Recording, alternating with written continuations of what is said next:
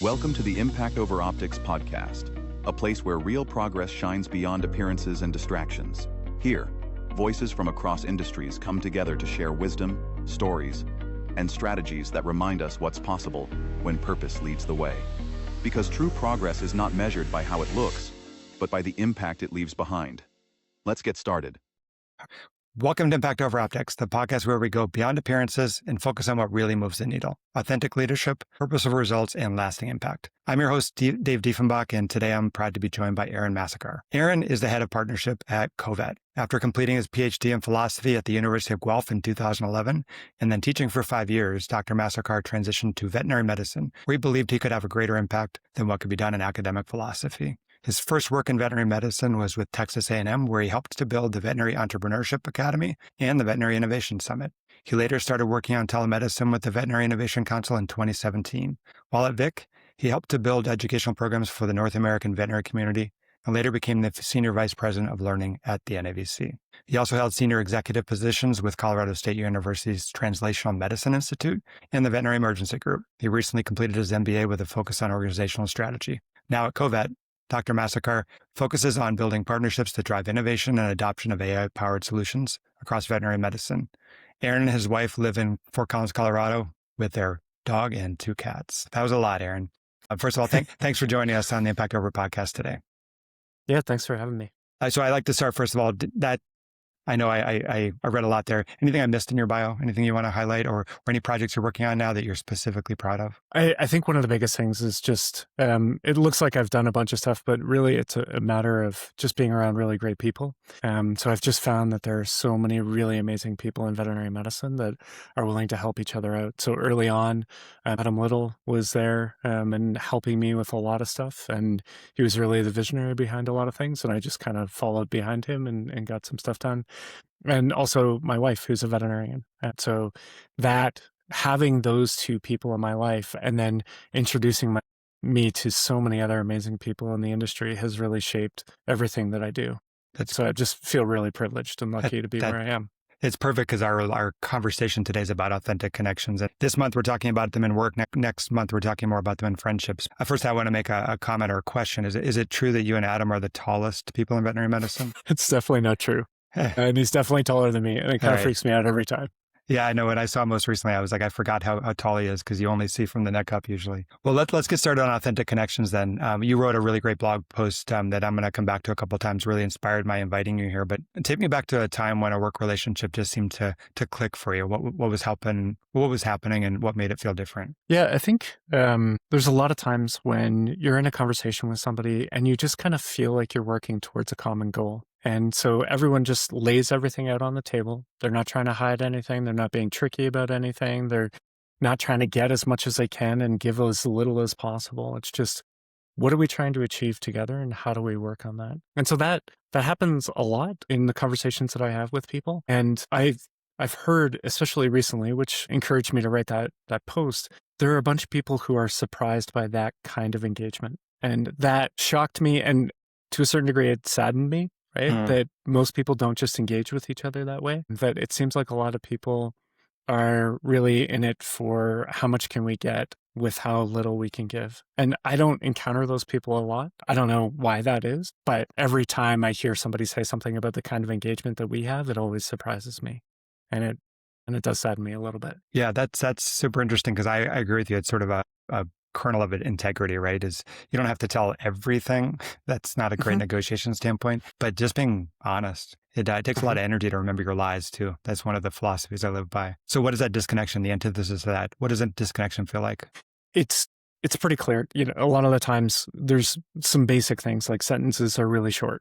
When you're having a conversation with somebody, there's this little amount that they're willing to give. And you can tell that they're holding back on something. That's a pretty good indicator to me that something is not quite right. And then secondarily, you are looking for a middle ground. And so you start making some level of compromise, right? Because you can see where they're at and what they're trying to achieve.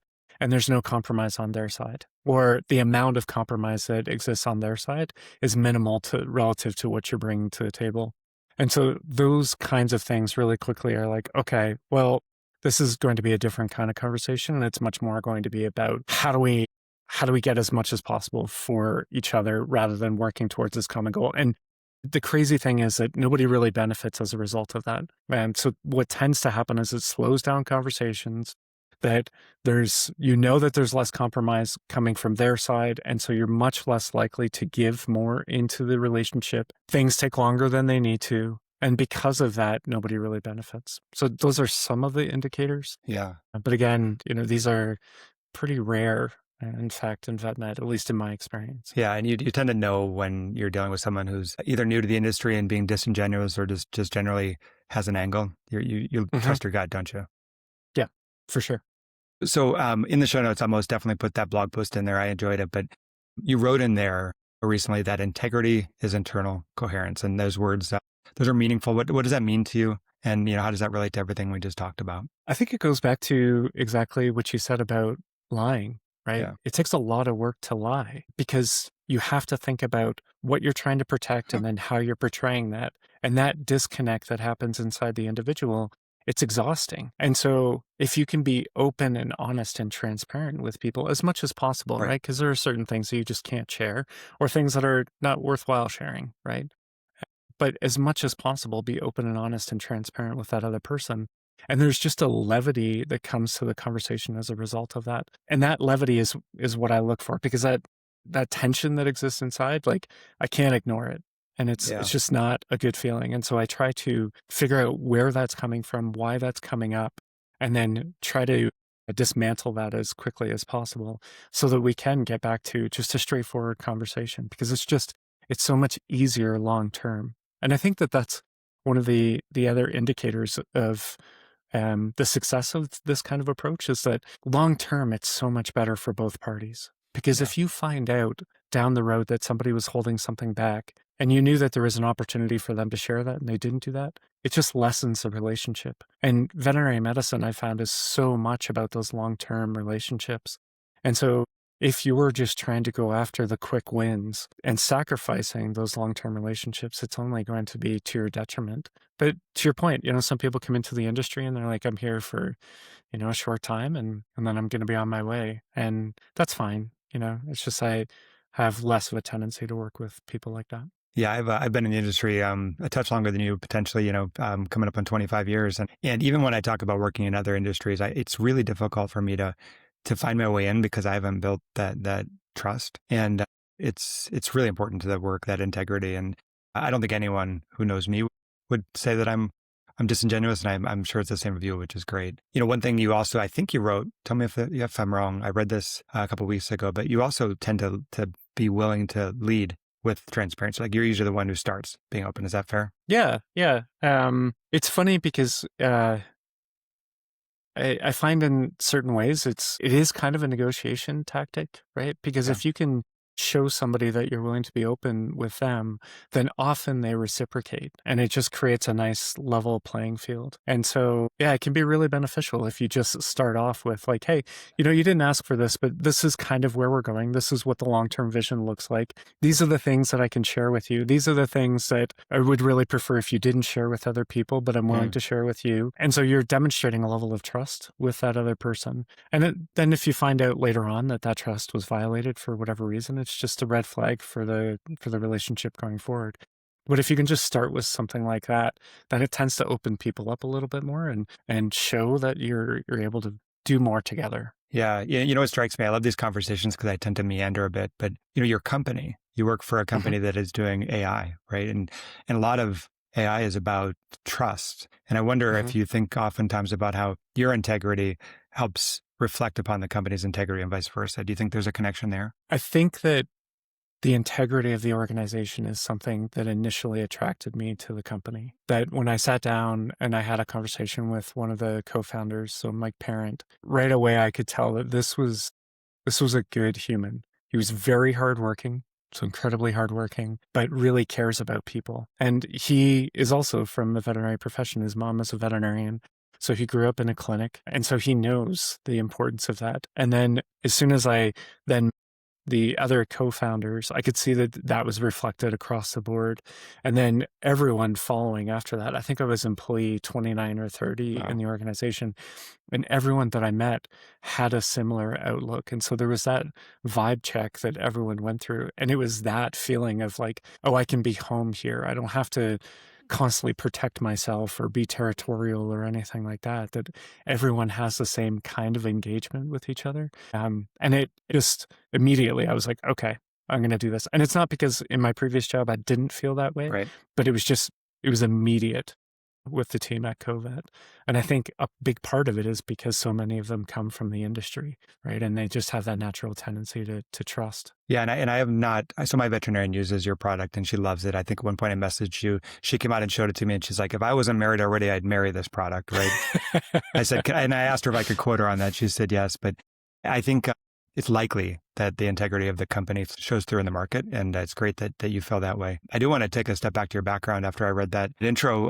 You've got a unique background, right? Philosophy and business. Your wife's a veterinarian, so you get to talk over the kitchen table about veterinary medicine. But how do you think that unique background might give you some sort of a unique edge in building these authentic relationships? It's a really good question. So again, in full transparency, like I was working in philosophy and I was teaching, and there just weren't any jobs. And there were some jobs for those people who, were publishing 3 or 4 articles a year, and they come from an Ivy League institution and that kind of stuff. But that wasn't me. And so I knew that it wasn't going to last forever. And I remember at one point when my wife had an opportunity to get a job at the Houston SPCA. And I knew that that was kind of the end of academic philosophy for me. I remember sitting there and just thinking about it and being like, what do I want to do?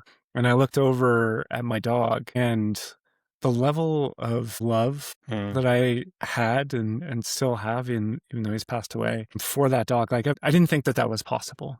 Right. And then I was just thinking to myself, like, if I love my dog this much, and I know a lot of people love their dogs as much as they do, what can I do in order to help people provide the best care for those dogs and for that relationship as possible? And philosophy wasn't going to do it, but maybe there was something that I could do in veterinary medicine. And so being able to take everything that I learned, studying 2,500 years worth of people thinking really hard about how to live a good life, kind of came to ahead in that moment where I thought, this is something that I can devote my life to. It's helping the people who care for animals and supporting the work that they do. Like that to me is really meaningful work. And so it really drives a lot of what happens. And then it turns out that some of the ways in which I was trained to think can be applied to veterinary medicine. And so early on with telemedicine, it was just a matter of categorizing things, right? So, everyone was talking about telemedicine as this broad category. And it's like, well, if you break it down, then it's much more approachable. There's a DIY approach, there's a SaaS approach, there's a third-party provider, there's regulatory. And so you just start categorizing things a little bit, which I didn't realize was really what philosophy does, is categorizing things to make more sense of them. And so that has just served me really well over time. And then, I don't know, I'm just super curious about people. Like I'm fascinated by how people think. And so like all of those things kind of come together and then make for some pretty fulfilling work in the industry. Fantastic answer. Philosophy is one of those really sort of intimidating concepts on the top level, but in reality, I love how you talked about how you've studied 2,500 years worth of how to live a good life effectively. And all of those folks, you get to stand on their shoulders a bit. None of them had to worry about negotiating contracts with vendors necessarily, but it's all the same, right? At the end of the day, we're all living similar lives. Our best course of action, I say this all the time, is to connect with other people in an authentic way. It doesn't make any sense. Life isn't fun otherwise, is it? Yeah. Like, because when it really comes down to it, living a good life is just about health and relationships that are healthy and health that leads to good relationships. That combination is really what it's all about, at least for me. I share that philosophy, right? There's a buzzword. So we talked a bit before we went on air about the virtual world, and we're virtual, but we also oftentimes don't have a shared history with folks. Any tips on how you try to build that authentic connection when you don't have that shared history? It's funny because my wife just does this naturally. She just connects with people. And for a while there, I was kind of poking fun at her because she was always finding some point of commonality with that other person. And I exaggerated it to be like, she would walk up to somebody and be like, "Hey, you have eyes? I have eyes. Look, we're the same," And it's like, but you find those things, right? Those points that may be trivial, and it might be, about a shared background. Like maybe the person is Canadian or spent some time in Canada or something like that, and I'm able to connect with them that way. Maybe they're into similar things that I'm into, like cycling or hiking or any of that kind of stuff. But you just look for those common points just to share a moment of humanity with that other person. And I think it's just really helpful. And, it helps calm me down a little bit. Yeah. And then once you have those shared points, then it's easier to understand someone's perspective, which then gives you a better understanding of where they might be going in the future, which then allows you to travel on a path together, And so sometimes it's trivial things like eyes or, sometimes I'll make jokes about somebody having a similar barber that I do, that kind of stuff. But, we can't really connect on that level, but yeah, just things like that. Call me in 10 years, maybe then I'll have the hair gone. It's interesting, that authenticity of just connection, right? I'm looking at my cat right now. So when you talked about the dog, this is this cat right here, right? I wouldn't say she's my why, but she's one of my whys. And it's one of the reasons I stay so focused. And I oftentimes look for that connection with other cat people. In fact, when someone says they're a dog person, I usually say, what about cats? But I just read this book, and unfortunately people I know hear me talk about the books I read a lot, by David Burkus, called Friend of a Friend. He talks about multiplexity. And I just love how he framed the idea. I'm sure it wasn't his. He just developed the concept that when you have a connection with someone on more than one level, work is easier, work is more effective. It actually shows. And I think that's kind of what you're doing too. You're trying to find that area of connection beyond just work. It just softens things, doesn't it? Yeah. Yeah. So let's go into sort of some closing areas where when you look back over your career, how have you felt that these sort of your relationships and your approach towards relationships has matured over time? I just feel really lucky. I feel really lucky to have met the people that I have early on. Like, for example, and these people have been unbelievable mentors, and they provided me with so much guidance very early. So, for example, Eleanor Green, Dr. Eleanor Green. Some people have called her the queen of veterinary medicine, but for me, she's become like a mother figure, and she's just been so helpful and so supportive. And she always guides people to where they need to go without ever pushing. Right. And she said something to me very early on where she just said, you have integrity and people see that. And I didn't really understood what that meant, but it's been something that's kind of come up again and again over time. And then people like Mia Carey, Dr. Mia Carey. If you haven't had a conversation with her, she is just an unbelievably positive person, but also a no-nonsense person, right? She doesn't tolerate low standards. She has very high standards. And so these people have helped me not just early on in terms of my career, but they've helped me to see that these are the kinds of people that I need to spend more time with. And as my career has advanced, I've just encountered more and more people like that. And you just kind of collect them, right? And then you make an effort. You make an effort to see them, to understand what's happening in their life, to know who they are as a human being, and not just the roles that they have. So the progression has really been about being very selective in the kinds of people that I spend time with, and just being really creating having some grace for people, and being willing to accept and even probe into some of the reasons why they may behave the way that they do. And so there are some people that I know that a lot of people write them off because they think that they're too competitive, or, there's something wrong with them or something like that. And I have engaged with these people, and they're brilliant. They're brilliant people who have so much to offer. It's just sometimes they rub people the wrong way. Right. And so just creating a space for that curiosity and getting to know them better has just made my life so much richer, whether or not that's professionally or personally or both. And so that kind of progression as a result of just encountering really amazing people has been really rewarding. And it's one of the reasons why I keep going. It's awesome. It's another great answer. The humorous side of me wants to say you stopped hanging out with 100-year-old dead philosophers and started to emulate others. But on a more practical level, right? You found mentors, people you want to emulate, and it's not just you. You're learning. I'm sure you would reflect back on all those people the same comment that Dr. Green said, right? Integrity. You would expect, you're emulating them, you'd expect to sort of be a mirror for them. And it's really neat to hear that. And it's great. Let's go into what we call the rapid fire questions. So just 3 quick questions, whatever comes to mind. One behavior that signals trust from you to your peers. There's just a calmness with people. And if you allow them to be calm, they will be, and trust just flows from that. Great. Awesome. One decision that didn't work but made you better. Some career choices that I've made, but have always made me better. Just getting into certain jobs, and I didn't realize what I was getting into, but I just kind of jumped in. And then not too long after, I was like, oh, wait, what did I do? But I've learned so much through every single one of them, and I wouldn't change any of them. A great positive attitude. Last one. Could I keep up with you on a gravel bike ride? Absolutely. You think?